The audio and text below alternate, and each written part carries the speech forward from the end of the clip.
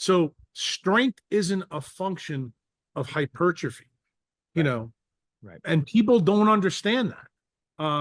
We have the term in sports that like football players know, and I'm sure you guys have it in wrestling.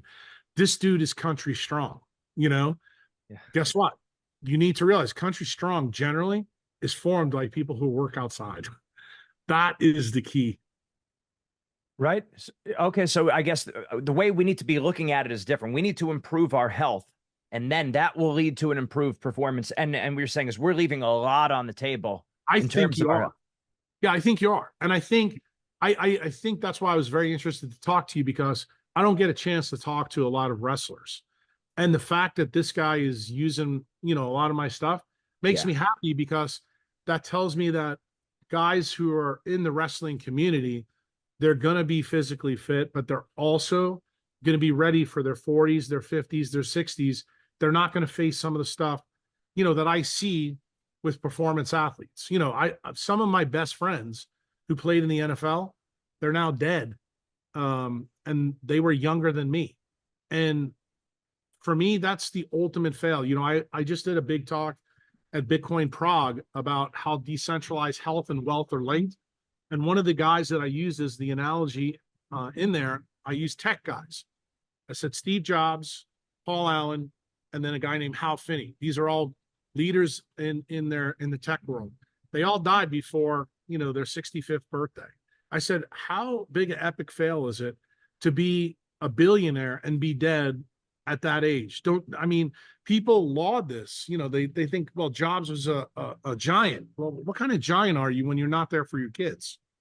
And it turns out the stuff that you made caused the problem.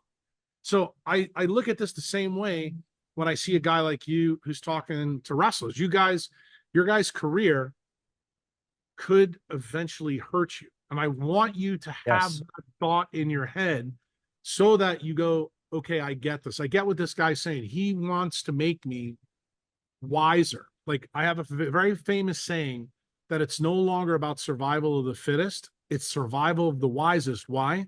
Because the environment that we have built for humans to live in is completely unnatural, completely unhealthy. And I need you to cut that umbilical cord to the centralized thinking that's all around us. Because, like, for example, the communication you and I are having right now, it's done over the internet. It's wonderful that you and I can talk. No question. We're both going to agree on that. But we have to also agree, if we use this 24/7, this is going to have unintended health consequences. And guess what? It's not going to be good for you, and it's not going to be good for me. So what am I saying? The dose makes the toxin in just about everything.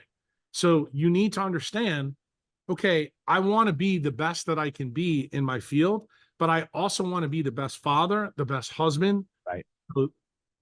When I'm 50, when I'm 60, when I'm 70, when I'm 80, and if I die, I want to die falling off the roof because I'm changing the shingles.